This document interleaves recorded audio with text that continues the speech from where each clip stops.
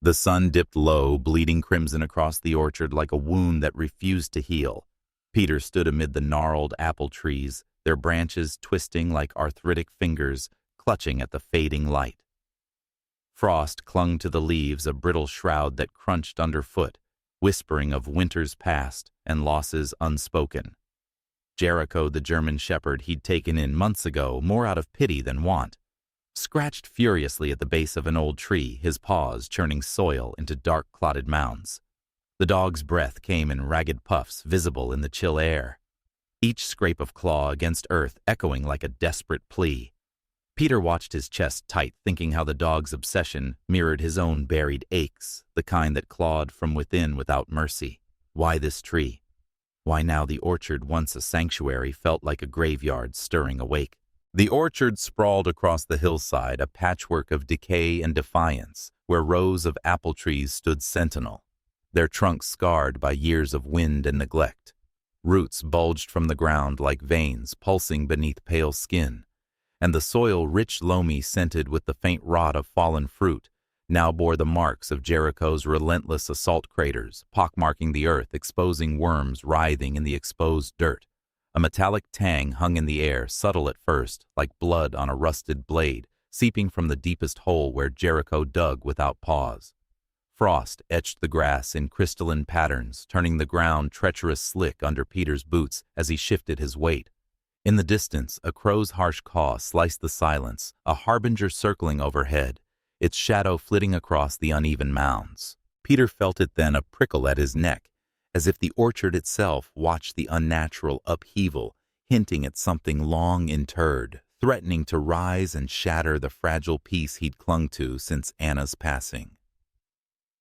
The trees loomed closer, their shadows lengthening like fingers reaching for secrets better left buried. Peter's hands clenched into fists, the rough calluses digging into his palms like thorns from the very trees he tended. Why wouldn't the damned dog stop? Each scrape of Jericho's paws felt like nails on the slate of his mind, unearthing memories he'd packed down deep where the light couldn't reach. Anna's face flickered in his thoughts, her smile amid the blooming apples now just a ghost haunting the frost. He kicked at a loose clod of dirt, sending it skittering into the hole, but Jericho didn't flinch, just kept digging, his eyes wild with some unspoken purpose. Peter's breath hitched, a quiet tremor building in his chest, not sobs, but a numbness that swallowed everything, leaving him hollow.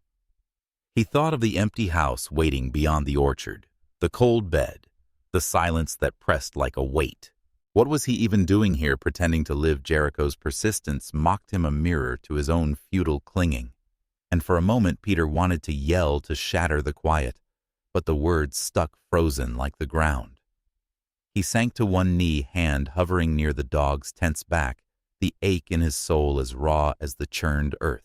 Jericho froze suddenly, his body rigid as a statue carved from shadow ears perked forward into the gathering dusk. The digging ceased, the only sound the faint rustle of leaves in a breeze that carried the scent of impending rain. Peter's skin prickled, a chill unrelated to the frost, as if the orchard's eyes had turned upon them, ancient knowing. Beyond the farthest row of trees, a silhouette shifted, too distant to discern, but human, watchful, like a specter drawn by the unearthed secrets. Jericho's low whine vibrated through the air, not fear, but anticipation, his gaze locked on the intruder. Peter straightened, heart thudding a warning rhythm, sensing the thread of change pulling taut. Whatever lurked there promised to upend the fragile stasis of his world, binding him and the dog in a web of revelation yet to unfold. Peter's mind drifted back unbidden to the days when the orchard pulsed with life, not this hollow echo of what was. Anna had been the heart of it all, her laughter weaving through the branches like sunlight filtering through leaves in full bloom. He remembered her hands, soil-stained and gentle, planting saplings with a tenderness that made the earth seem forgiving. "These trees will outlive us," she'd said, once, her eyes sparkling under the summer sky as they wandered the rows. Fingers intertwined the air, thick with the sweet promise of ripening fruit. Their life had been simple, vital, a rhythm of seasons, where loss was just a word, not a shadow that devoured everything. But then came the winter that stole her, a cruel frost that seeped into her bones, the doctor's words falling like dead leaves. cancer aggressive too late. Peter had watched her fade, her smile dimming like the orchard in autumn until she was gone, leaving him adrift in a world stripped bare. Now the trees stood as silent witnesses to his regret, the unspoken words, the nights he'd worked late instead of holding her.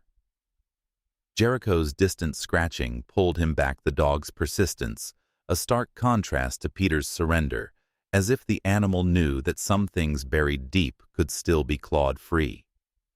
Peter rubbed his eyes, the ache in his chest, a constant companion, wondering if he'd ever feel that vitality again, or if he was doomed to tend these ghosts forever. Dawn broke over the orchard like a reluctant promise, the light pale and indifferent, mirroring the gray haze that shrouded Peter's days. He rose before the sun boots scraping against the wooden porch of the old farmhouse. The creak of the door, a solitary sound in the stillness. Coffee brewed black and bitter, swallowed without taste, as he stared out at the trees, their forms blurred in the mist. Pruning shears in hand, he moved through the rows, mechanically clipping dead branches with a rhythm that dulled the mind. Snip, drop, step, repeat, like a heartbeat slowed to survival. Jericho shadowed him at a distance, pausing to dig sporadically, but Peter barely acknowledged the dog, his thoughts encased in ice, numb to the chill seeping through his coat. Lunch was a forgotten ritual, perhaps a sandwich eaten standing, crumbs falling to the earth like unspoken regrets. Afternoons blurred into evenings, avoiding the town where eyes pitied him, ignoring Clara's occasional waves from her fence line, her voice carrying like wind through empty branches. The house welcomed him back with silence, the empty chair at the table a void he navigated around, collapsing into bed with the weight of another day endured. Jericho's whines from the barn were the only intrusion, a reminder that life persisted even if Peter's had frozen into this protective shell where feeling was a luxury he couldn't afford.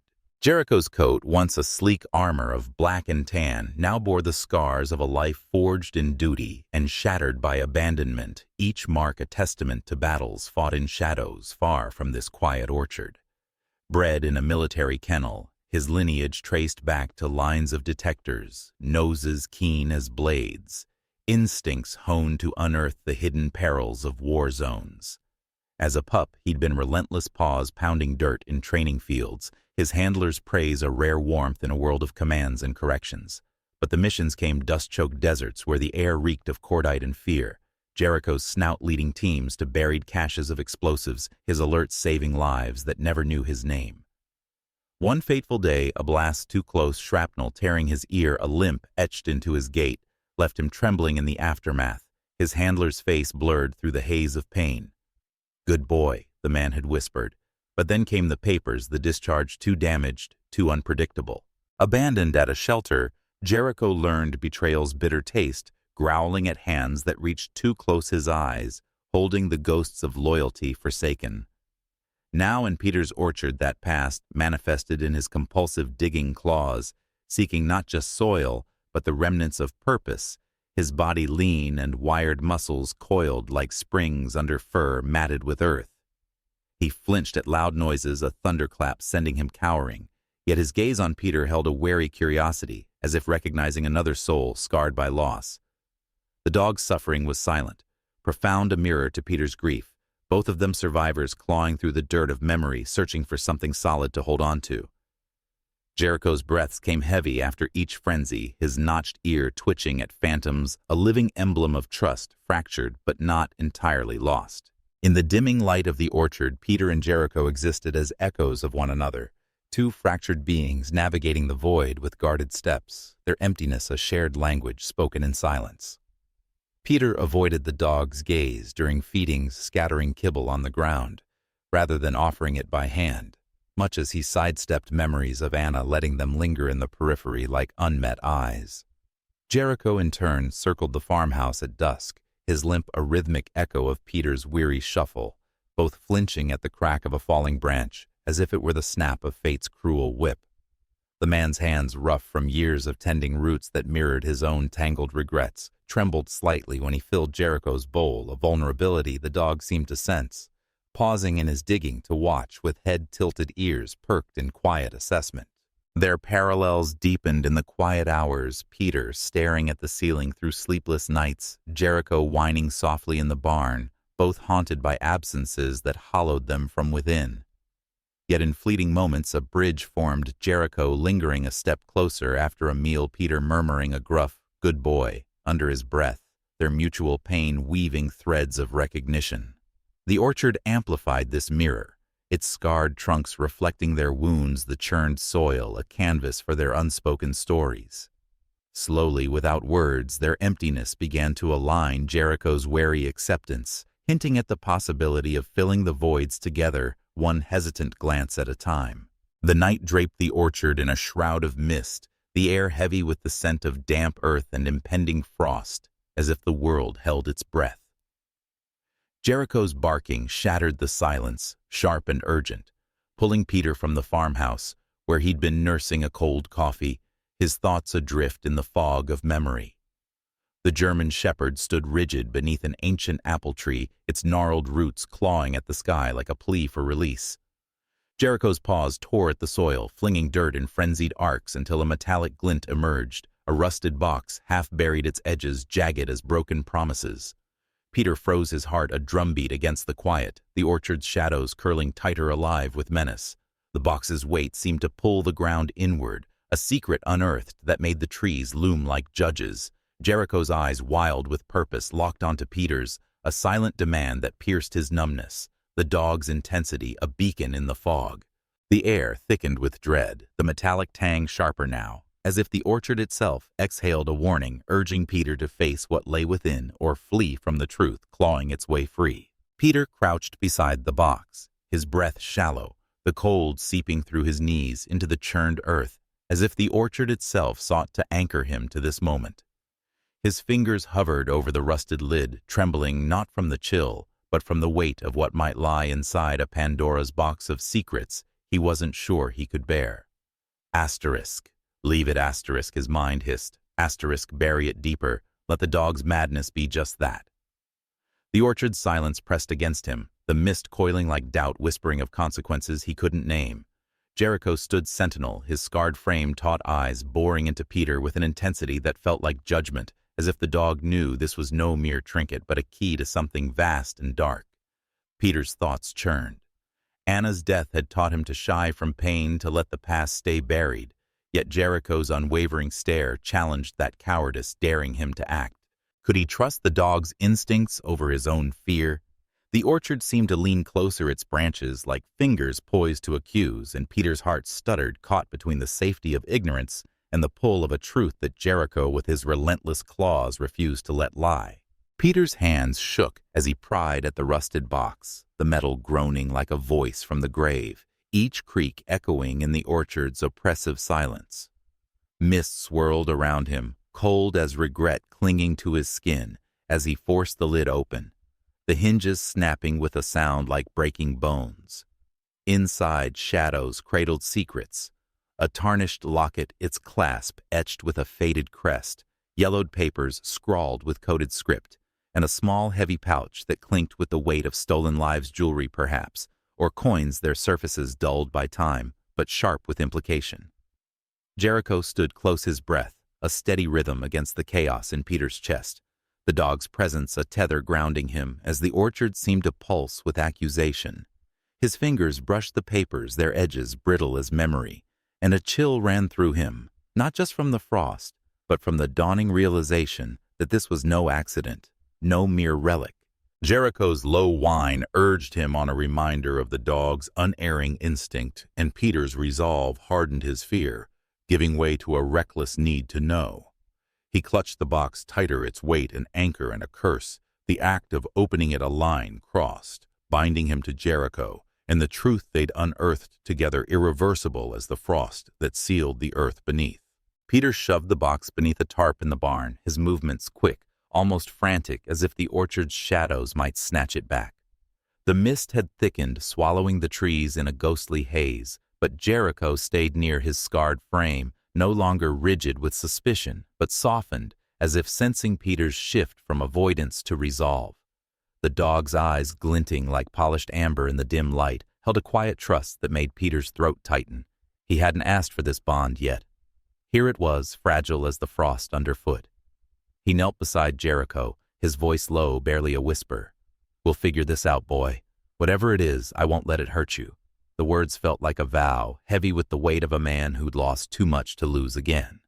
Jericho tilted his head, a faint wag of his tail stirring the air, the first thread of connection weaving between them. Beyond the barn, a silhouette flickered. Clara perhaps watching from her property line, her presence a silent question that deepened the night's mystery. Peter's gaze lingered on Jericho. The dog's steady breaths, a promise returned their shared secret, a bridge across their wounds, binding them in the orchard's haunted embrace. The days following the discovery stretched like taut wires in the orchard, the air crisp with unspoken tension as Peter and Jericho navigated their shared secret with a wary distance that felt like armor. Peter moved through his routines with mechanical precision, pruning branches that hung heavy with unripe fruit, his glances toward the barn where the box was hidden quick and furtive, as if eye contact with the past might burn. Jericho, his scarred coat dusted with earth, kept to the shadows of the trees, growling softly when Peter approached, too near the hiding spot, his body a coiled spring of mistrust honed by betrayal. The dog's eyes, dark pools of vigilance, tracked Peter's every move from afar, a silent sentinel that neither invited nor rejected closeness. Mornings brought a ritual of separation. Peter scattering food at the barn's edge, Jericho waiting until he retreated before eating, their interactions a dance of guarded looks and hesitant pauses. The orchard amplified this chill, its frost-laced ground a mirror to their internal freeze branches creaking like sighs in the wind. Yet in the quiet, Peter felt the pull, a subtle ache mirroring Jericho's wariness, both of them orbiting the box's gravity without touching their silence, a fragile barrier against the vulnerability that simmered beneath. Clara's distant figure at the fence line added to the unease, her waves unanswered, as if the secret had drawn an invisible line neither man nor dog dared cross yet. One overcast afternoon, the orchard hushed under a leaden sky. Peter noticed Jericho's limp had worsened, the dog's paw held gingerly above the frost-kissed earth, a fresh cut weeping red against the black fur. The sight tugged at something deep within Peter, an echo of Anna's final days, when pain had been a constant shadow, and he approached slowly, his voice a murmur lost in the wind. "Let me see, boy." Jericho stiffened, a low rumble vibrating from his chest, but he didn't flee, his eyes locking onto Peter's with a mix of defiance and desperation that mirrored the man's own buried grief. Peter knelt, the cold soil seeping through his knees like regret, and extended a hand palm up, waiting as the seconds stretched like the orchard's endless rows. The dog flinched at first touch, his body trembling, but allowed Peter to clean the wound with a rag soaked in water from his canteen, the metallic scent of blood mingling with the earthy aroma of turned soil. In that moment, their pains intertwined Peter's fingers, gentle as they had been with Anna's frail hand. Jericho's breaths ragged like whispers of old traumas. The orchard seemed to hold its breath, leaves rustling softly, as if in empathy. The shared vulnerability, a quiet bridge over their chasm of isolation. When it was done, Jericho didn't pull away immediately, his gaze softening just a fraction. A silent acknowledgement that in tending wounds, they were healing something deeper, unspoken, but profound. Peter hefted the shovel, its handle worn smooth from years of use, the metal head glinting dully under the orchard's filtered sunlight as he worked to fill one of Jericho's earlier holes, the earth yielding like reluctant memories. The tool slipped from his grip mid-swing, clattering against a root with a sharp crack that echoed through the trees like a gunshot muffled by time. Jericho's head snapped up from where he lay nearby, a defensive bark ripping from his throat, his body tensing into a crouch, ears flattened against his scarred skull. The sound pierced Peter, pulling him under in a rush of recollection. Anna in the orchard years ago, laughing as she dropped a basket of apples, the fruit tumbling like joyful chaos, her voice a melody that filled the air. Clumsy me, but look at the bounty. Her eyes had sparkled, then hands reaching for his, the world alive with her presence. Now the orchard felt hollow, the clatter a mocking reminder of what was lost, his chest tightening with the ache of absence. Jericho paused mid-bark, his gaze shifting from the shovel to Peter, a subtle tilt of his head, as if sensing the man's internal storm. The dog didn't advance, but neither did he retreat his muscles, easing just enough to allow a hesitant wag of his tail, a gesture that bridged their worlds. Peter knelt, picking up the tool with trembling hands, murmuring, "Easy boy, just a noise." But the words were for himself as much as the dog. In that pause, an emotional tether formed the shattered moment tying their traumas, Jericho's flinch from past blasts, Peter's from echoes of joy gone silent, drawing them closer without a word, the orchard's whispers urging acceptance. The sun broke through the clouds one crisp morning, casting golden shafts across the orchard like fingers of forgotten warmth, thawing the frost that had gripped the ground like a clenched fist. Peter, feeling the rare lift in the air, plucked a ripe apple from a low branch. Its skin, a vibrant red, blushed with dew, and tossed it lightly toward Jericho, who lounged in a patch of sun-dappled grass. The dog leaped with surprising grace, his limp forgotten in the moment, jaws snapping shut around the fruit with a satisfying crunch that echoed like a burst of life in the stillness. Juice dribbled from Jericho's muzzle as he chewed, his eyes brightening, a playful glint replacing the usual wariness, and Peter couldn't help it. A chuckle escaped him, low and rusty, the first real laughter since Anna's passing, bubbling up like a spring unearthed. The sound startled him, warming his chest, as if the orchard itself exhaled relief, the branches rustling in approval. Jericho paused, apple half-eaten at his paws, tilting his head with ears perked, then bounded closer, dropping the remnant at Peter's feet in a tentative invitation. Peter picked it up, the fruit's sweetness mingling with the earthy scent of the dog, and tossed it again, watching Jericho chase it with a joyful bark that shattered the lingering shadows. In that exchange, the space between them softened, the air less heavy with secrets. The barn's hidden box a distant hum rather than a roar. Peter's thoughts turned inward, asterisk. This dog with his scars and drive, he's pulling me out, isn't he, asterisk? Jericho returned, panting happily, leaning just enough to brush Peter's leg, the contact a spark of safety amid the uncertainty. The orchard felt transformed, its fruits no longer monuments to loss, but symbols of renewal, their bond igniting a warmth that chased the cold from their bones, one playful gesture at a time. Clara's voice carried faintly from afar, calling a greeting, but for once Peter waved back, the spark kindling into something like hope. The evening light faded into a soft twilight, the orchard bathed in hues of lavender and gold, as if the sky itself conspired to gentle the world's edges. Peter sat on the weathered bench near the oldest apple tree, its trunk a silent guardian etched with the rings of countless seasons, his hands idle for once cradling a mug of cooling tea that carried the faint aroma of chamomile, Anna's favorite, a ritual he'd revived without knowing why. The air hummed with the quiet symphony of crickets, awakening the frost, receding like a retreating shadow, leaving the ground soft and yielding underfoot.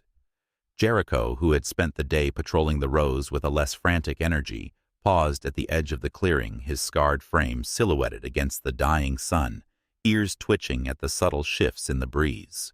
Peter watched him, the dog's presence no longer an intrusion, but a familiar outline in the landscape of his solitude, their shared moments accumulating like layers of soil over time. Slowly, as if testing the invisible boundaries they'd both erected, Jericho approached, his limp barely noticeable in the deliberate grace of his steps.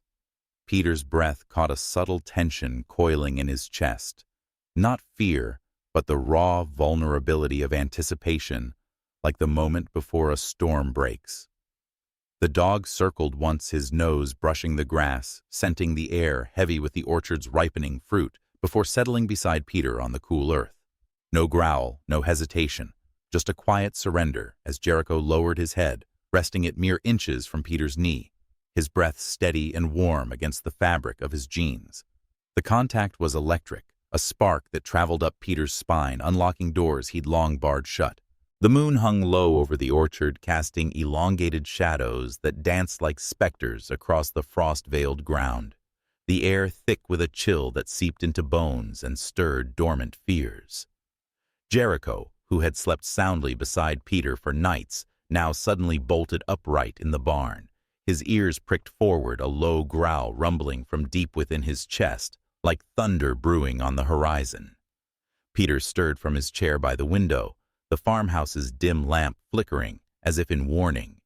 his gaze drawn to the dog's rigid posture, hackles, raised nose twitching at scents only he could detect. Peter stepped out, the cold biting at his skin, a prickle of unease crawling up his spine, as if the orchard itself watched with malevolent intent. Jericho darted ahead, stopping at the edge of the trees, his growls intensifying, directed at shifting shadows that could be wind or something more sinister, footsteps, perhaps echoing from a past resurfacing.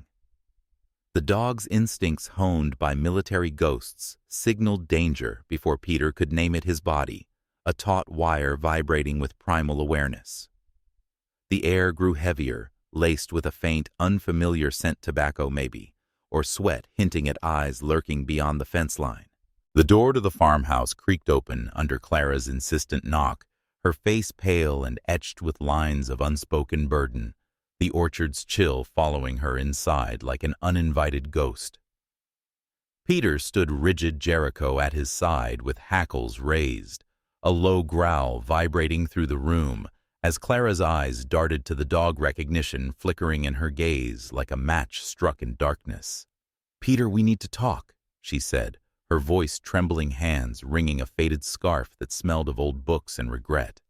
The air thickened, charged with the weight of history, as she confessed her family during the war had hidden the contraband stolen artifacts from victims' documents, tying them to unspeakable crimes buried under the orchard to evade justice, a secret passed down like a poisoned heirloom. Peter's world tilted, anger surging like a storm through the trees, his fists clenching as flashbacks assaulted him. Anna's gentle hands in the soil, now tainted by this revelation, the orchard no longer a sanctuary, but a grave of complicity. "You knew all this time," he shouted, voice cracking the room, echoing with his fury. Jericho barking an echo, circling Clara with bared teeth, his maternal instincts forged in guarding squads now channeling into fierce defense of Peter. Clara recoiled, tears streaming, her own memories, flooding childhood whispers of her grandparents' deeds, the shame she'd buried deeper than the box now unearthed by a dog's relentless claws. The confrontation peaked in a whirlwind of emotion, Peter pacing Jericho, snapping at shadows. Clara collapsing into a chair, sobbing apologies that hung heavy in the air. The orchard plunged into night shadows, coiling like serpents around the trees. When the stranger emerged from the mist, a gaunt figure with eyes like cold steel, his presence a tangible threat that made the frost crackle underfoot.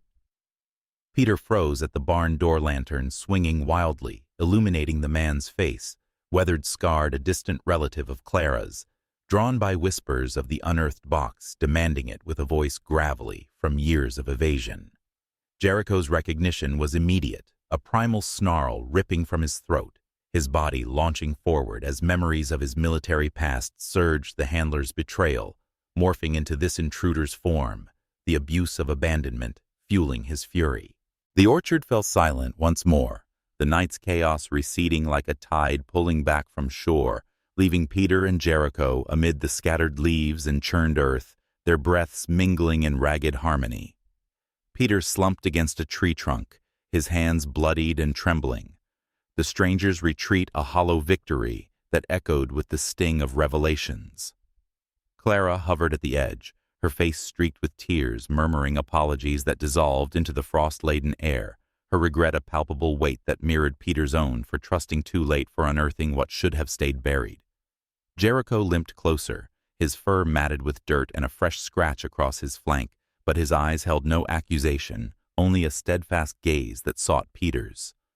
The dog pressed against his leg, a warm, solid presence that grounded him, and Peter reached down, fingers burying in Jericho's coat, the touch a silent reaffirmation. "We're in this together, boy." The gesture closed the wound of the confrontation, their bond reaffirmed in the quiet aftermath, a promise of safety woven from shared scars. Dawn crept over the orchard like a thief, casting long shadows that twisted among the apple trees, the air humming with an unease that prickled Peter's skin as he patrolled the rows.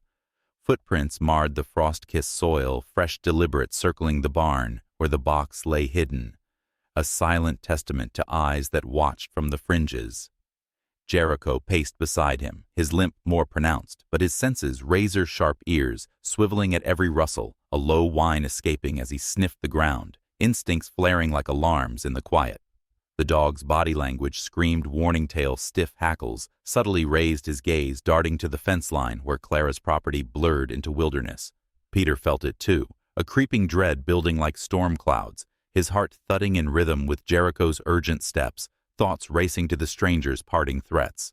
Birds fell silent overhead, their absence a harbinger, while distant snaps of twigs hinted at pursuers closing in the orchard, transforming into a labyrinth of menace. The orchard erupted into chaos as the strangers burst from the shadows, their faces masked in the dim light, tools glinting like fangs under the moon's indifferent gaze. The leader, the same gaunt figure from before, now flanked by two others, advanced with purposeful menace, his voice a snarl cutting through the frost.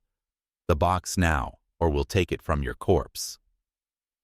Peter's breath caught the threat crystallizing into visceral reality, his body backing toward the barn as Jericho positioned himself between them, a fierce growl vibrating the air like a war drum. Jericho lunged first, his military training resurfacing in a flash of teeth and muscle clamping onto an arm with unyielding force, the man's scream piercing the night like a siren. Peter grappled with the leader fists, connecting in raw, bone-jarring impacts, but the third assailant circled knife drawn, aiming for the dog in a bid to end the resistance. The orchard became a battleground, branches snapping underfoot, the scent of blood mingling with earth. As Peter's side burned from a glancing blow, his vision blurring with pain and fear, not for himself, but for Jericho, whose limps and scars made him vulnerable, yet undeterred. In the heart of the melee, time slowed the orchard's chaos, narrowing to a single pivotal instant, where Peter faced the abyss, his body battered, breath ragged, the intruder's shadows looming like harbingers of doom. The leader raised his crowbar for a final strike, aiming at Jericho, who stood defiant, bloodied, but unbowed, his growls a testament to loyalty forged in fire.